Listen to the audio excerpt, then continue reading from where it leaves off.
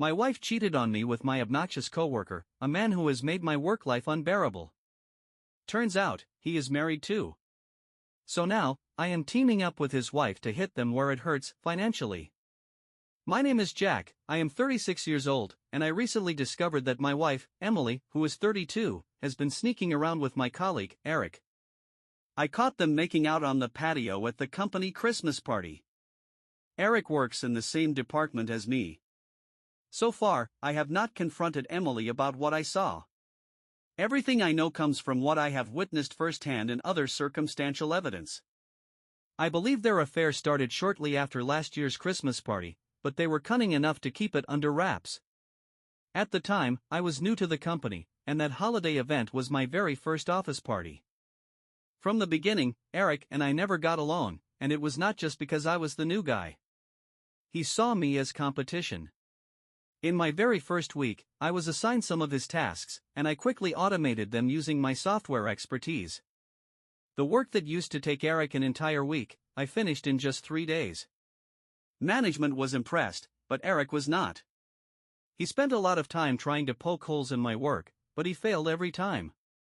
Management criticized him for not being proactive like I was, and that only made things worse for me. He made sure I felt unwelcome in the office. Eric was popular, though not for the right reasons. He was more of a charlatan and a loudmouth. People seemed to gravitate toward gossip, and Eric always had some story to share. He became the center of attention in every office clique. Meanwhile, I am an introvert. I go to work, do my job, and head home. My happiness came from my small circle of college friends and my wife, Emily. 2 months after I joined the company, we had the annual Christmas party. I brought Emily along. She is stunning, someone who naturally turns heads at any event. She always dresses to impress and knows how to work a room. As the night went on, people hit the dance floor. Emily begged me to dance, but I refused. Dancing is not my thing, especially at work events. I noticed Eric watching us, and the next thing I knew, he walked over and asked Emily to dance. She glanced at me, and I gave her a reassuring smile. I did not want to look like a jealous husband. I honestly thought she would decline, knowing how things were between Eric and me. But to my surprise, she agreed. Eric looked smug as he led her to the dance floor. When she came back, she was laughing and full of energy. Seeing the expression on my face, she said, "Oh, come on, Jack. Don't be upset." How could I refuse? It would have been rude. She made it sound harmless, just a simple dance. I let it go. Life got busy, and I put the memory of that night behind me. Never in my wildest dreams did I think Emily would betray me with the man who has been my tormentor for over a year. Fast forward to this year's Christmas party.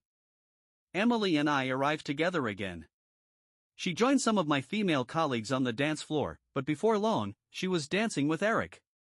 My stomach churned, but I kept my composure. Other colleagues noticed too. They exchanged knowing looks, aware of the bad blood between Eric and me. One of them, Tyler, joked loudly, "This is why Eric never brings his wife to these things, so he can dance with everyone else's." His comment hit a nerve. I asked him to watch his mouth. He apologized, saying he was just trying to lighten the mood. The group then started speculating whether Eric was even married. A few people believed he was, but Eric always denied it. Tyler swore Eric was married. He claimed his sister, who runs a salon, once saw Eric there with his wife. The group laughed it off, chalking it up to Tyler's reputation for exaggeration. I felt like I was suffocating. Watching Emily dance so closely with Eric made me feel sick. I needed air, so I went out to the patio. A few minutes later, I heard footsteps behind me, accompanied by giggles and low whispers. I stepped aside into the shadows to avoid being seen. Soon, I saw them, Eric and Emily, making their way to the patio. They were all over each other. Eric's hand was on her waist, sliding up her dress, while Emily clung to him as if the world around them did not exist. My heart was pounding, and I wanted to confront them right then and there. Instead, I pulled out my phone and hit record. In the dim light, I captured every moment. Eric whispered something crude about me being too pathetic to notice, and Emily laughed. My hands were shaking, but I kept the camera steady. They were interrupted when a janitor came out with a trash bin. Eric and Emily scrambled to fix their clothes and cursed him under their breath. Once they left, I got into my car and drove straight to my friend's house. I spent the night pouring my heart out to him. By morning, I checked my phone and saw a missed call from Emily. It felt like a token gesture, her way of pretending to care. When I got home, she was still in bed, probably worn out from her antics the night before. I sat in my study, plotting my next move. Her betrayal stung, but the fact that it was with Eric, of all people, made it unbearable. Now, I am on a mission to find Eric's wife. I know she deserves to see the evidence I have. All of Eric's social media accounts are private, and I do not even know his wife's name. If anyone has tips for tracking someone down, I am all ears. Update 1. A lot of people have asked me how I did not see this coming. Were there really no signs? Honestly, I am not sure. Maybe there were hints I missed, or maybe I just trusted my wife, Emily, too much. A few months after our first Christmas party, sometime in the spring, I was scrolling through Facebook when something caught my eye. Eric had left a comment on one of Emily's posts. It made me stop and wonder. I asked Emily if she was still in touch with him. She shrugged it off, saying, "No, Jack. He is just a Facebook friend like the rest of them." She explained that Eric had sent her a friend request after the party, and she accepted it because it seemed harmless. Still, I could not shake off the feeling that something was off. I started checking her profile more often. Eric's comments stood out, they were flattering and full of heart emojis. I brought it up again, but Emily brushed it aside. "Jack, it is nothing. I get tons of comments like this on my photos."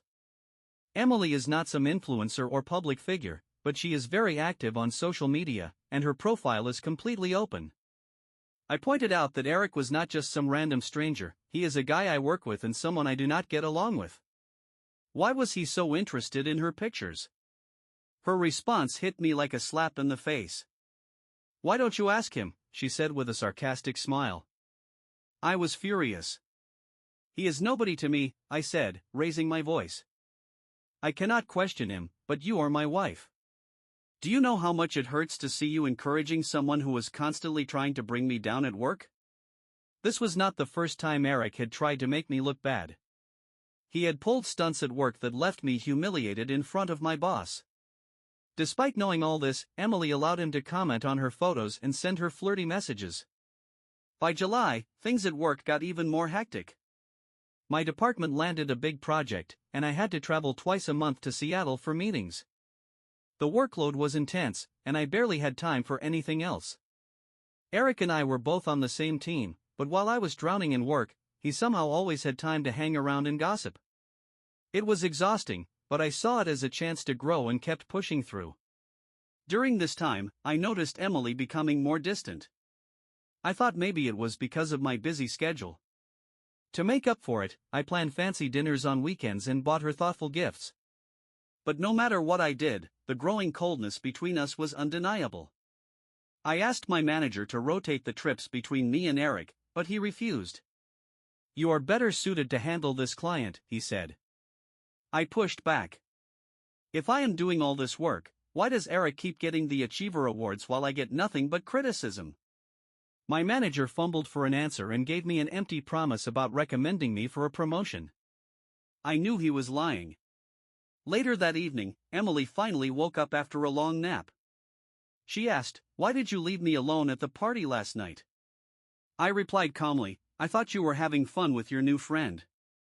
She laughed and said, "Oh, Jack, do not be so jealous. It was just a dance." I smiled and let it slide. She thought I was upset about her dancing with Eric, and I let her think that. What she does not know is that I am planning my next move, and it will catch her completely off guard. I started searching for Eric's wife, hoping to warn her. Unfortunately, I could not find anything concrete. Eric's social media is locked down, and I do not even know his wife's name. The search results for his surname were overwhelming. My only option might be to dig into the company's database to find his address and figure things out from there. If anyone has a better idea, I am open to suggestions. Update 2. As many of you pointed out, finding someone without a name or any leads on social media is nearly impossible. I was ready to go to Eric's house to find his wife, but then a friend reminded me about my colleague, Tyler. Tyler might be loud and obnoxious, but he knows everything about everyone. I decided to set my pride aside and ask for his help. The next day at work, I casually brought up the topic. "Hey, Tyler," I said, "do you know if Eric is married?" Tyler grinned like he had been waiting for this moment. "I knew you would ask about her, especially after last night's little dance party," he said with a smirk. That is just how Tyler is, always trying to be funny at someone else's expense.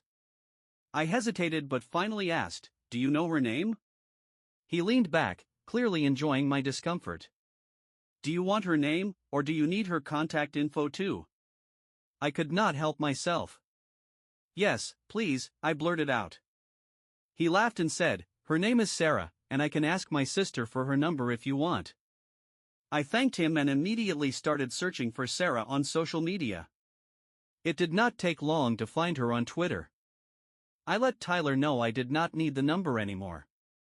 Update 2, continuation. According to her Twitter bio, Sarah was working in a management position at a well-known global company. I sent her a direct message, explaining that I needed to discuss something urgent about her husband. She responded quickly, sharing her phone number and asking me to call her. Her quick response and professional tone gave me the impression of a strong and confident woman. When I called her, I introduced myself and explained the situation delicately. I told her that my wife, Emily, and her husband, Eric, were involved in something inappropriate, and I even had a video as proof. She asked if we could meet after work, and I agreed. When we finally met, I was immediately struck by her presence. Sarah exuded intelligence and grace, the kind of woman you would never expect to be cheated on. Honestly, I could not fathom how Eric could betray someone like her. I told her everything, step by step, and showed her the video I had recorded. Tears welled up in her eyes, but she kept herself together.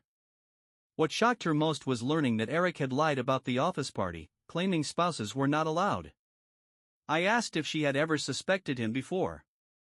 She admitted that she had caught him sexting random women on social media a couple of times, but she chose to forgive him. She thought it was harmless and not worth ending their marriage over. I explained that Eric pretends to be single at work and has gained a reputation as a playboy. He has been linked to several younger colleagues. At this point, Sarah could no longer hold back. She cursed him loudly, letting out all the anger she had been bottling up. "That piece of garbage needs to be put in his place," she said. "Do you have any plans for revenge?" I replied, "Not yet, but I promise you, they will pay for what they did to us." Without hesitation, she said, "Let us do it together." From that moment on, Sarah and I became partners in planning our revenge. We brainstormed several ideas and came up with a list of ways to make Eric and Emily's lives a living hell. I will share the details of our plan once it is fully executed. Update 3. Buckle up, because this is going to be one wild ride. Eric and Emily have finally received their well-deserved payback. Sarah and I joined forces and executed our plan to perfection. We started by pretending we had no idea about their affair. We acted like we were too busy with work and our own lives to notice anything. Meanwhile, we were carefully setting the stage for their downfall. Emily and I co-owned our house. I created an updated ownership document that made me the sole owner. One day, when she was heading out to meet Eric, she lied to me, claiming she was going shopping with friends. I deliberately caused minor delays, like blocking her access to the wardrobe, making her run late. As she was about to leave, I handed her a stack of papers, saying they were insurance renewals. Since I handle all her insurance, she did not think twice and signed everything, including the document that transferred full ownership of the house to me. Meanwhile, Sarah was just as relentless. She emptied the money from their joint bank account, borrowed Eric's car, and sold it to a rookie buyer. The house Sarah lived in was hers, so she secretly rented it out to new tenants and filed a restraining order against Eric, barring him from entering the property. I blocked all the credit cards Emily relied on, leaving her with no financial support. Sarah orchestrated a brilliant move by booking a 5-day vacation to Florida as a fake birthday gift for Eric. A day before the trip, she lied, saying she had an urgent work commitment and could not go. Eric, being the sleazeball he is, quickly suggested taking his buddy instead. Sarah agreed, knowing full well he planned to take Emily. At the same time, I told Emily I would be away on a 2-week work trip. Instead, I checked into a hotel. Emily called to tell me she was heading to her friend's wedding in Las Vegas, a friend she conveniently never mentioned before. I played along, saying, "Have fun." With Eric and Emily away in Florida, we had all the time we needed to execute the final steps. Sarah cleaned out their joint account, sold Eric's car, rented out her house, and got a restraining order. I packed up all of Emily's belongings, placed them in storage, and sent her an email with the updated property documents and the restraining order. When they returned from their so-called romantic getaway, they would find themselves broke, homeless, and completely cut off. This would have been enough for me, but Eric crossed the line at work. He boasted to his friends that he had conquered my wife because I was not man enough. He even read out private messages from Emily where she mocked me and praised his skills. Some of his friends, hoping to humiliate me further, approached me with the details. I gathered all the evidence, including recordings of Eric bragging and the offensive chats he had shared. I sent everything to the Human Resources Department, filing a formal complaint for harassment. I made it clear that if they did not act, I would expose the entire scandal on social media and workplace review platforms. The company could not risk the bad publicity. Human Resources confirmed that Eric would be terminated immediately after returning from his leave. As for me, I submitted my resignation and requested an immediate release. Before leaving, I wrote Emily a letter detailing everything. I told her I knew about the affair and shared the truth about Eric's lies, including his secret marriage to Sarah. I let her know that Sarah and I were working together and had taken steps to protect ourselves from further harm. By the time Emily reads that letter, I will be long gone. Sarah and I are moving forward with our lives, leaving Eric and Emily to deal with the mess they created. Eric used to read out Emily's private messages aloud to his buddies at work, deliberately leaving out my name but making it clear who he was mocking. He turned my wife's betrayal into a public joke, using it to humiliate me further. I decided to turn the tables and secretly recorded him while he gloated about their affair. A few of Eric's loyal colleagues even approached me, smirking and throwing subtle jabs, implying that Eric had stolen my wife. It was the last straw. I compiled all the evidence, recordings of Eric's boasting and screenshots of the degrading comments he had shared. Then, I sent a detailed email to the company's Human Resources Department, demanding Eric's immediate termination for creating a hostile work environment and mentally torturing me. I made it clear that if they failed to act, I would expose this workplace harassment on social media and review platforms. The threat of negative publicity seemed to do the trick. HR assured me that the evidence was sufficient to prove Eric's misconduct and confirmed that he would be terminated as soon as he returned from his vacation. As for me, I submitted my resignation and requested an immediate release. I had no intention of staying in a place where I had been so thoroughly disrespected. Before leaving, I wrote Emily a letter to give her the closure she would need after discovering the fallout.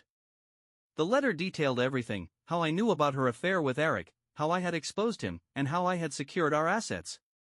I also told her the truth about Eric, that he was not the single man he claimed to be, but a married cheater. I explained that his wife, Sarah, and I had joined forces and taken steps to ensure neither of them could hurt us again. Sarah and I bonded over our shared betrayal. We discovered how much we had in common, from our professional ambitions to our sarcastic sense of humor. While Emily had never been able to hold down a full-time job and often whined about her part-time commitments, Sarah was thriving in her career. The thought of Emily realizing she would now have to work full-time to support herself, without me or Eric to lean on, was, frankly, amusing. Eric, too, was about to face his own harsh reality, thanks to Sarah's genius. Before Eric left for his vacation, Sarah discreetly took his credit card from his wallet. He likely discovered it missing only after arriving in Florida. Meanwhile, I had already blocked all the cards Emily relied on. To add to the chaos, Sarah called the hotel and cancelled the booking just before they arrived. She did not get a refund, but neither of us cared. Watching their dream vacation unravel in real time was worth every penny. Sarah and I decided not to waste money on divorcing these two cheaters. If they want a divorce, they can pay for it themselves, a scenario we both find highly unlikely. We also updated our wills, ensuring that neither Emily nor Eric would inherit a single penny from us, even by default. Sarah and I are starting fresh in Seattle. I accepted a direct offer from the client company I had been working with, which came with a raise double what I was making before. Sarah decided to take a break from her career and focus on herself. She has saved enough to live comfortably for a few years without worrying. By the time Eric and Emily return from their disastrous trip, Sarah and I will be long gone. Our belongings are already on their way to Seattle, and we will be kicking off our new lives with a month-long holiday in the Caribbean. Life with Sarah feels easy and exciting. She challenges my intellect and shares my curiosity about the world. We are not making any promises about forever. Neither of us wants to put that kind of pressure on this relationship. For now, we are just enjoying each other's company and the freedom of starting over.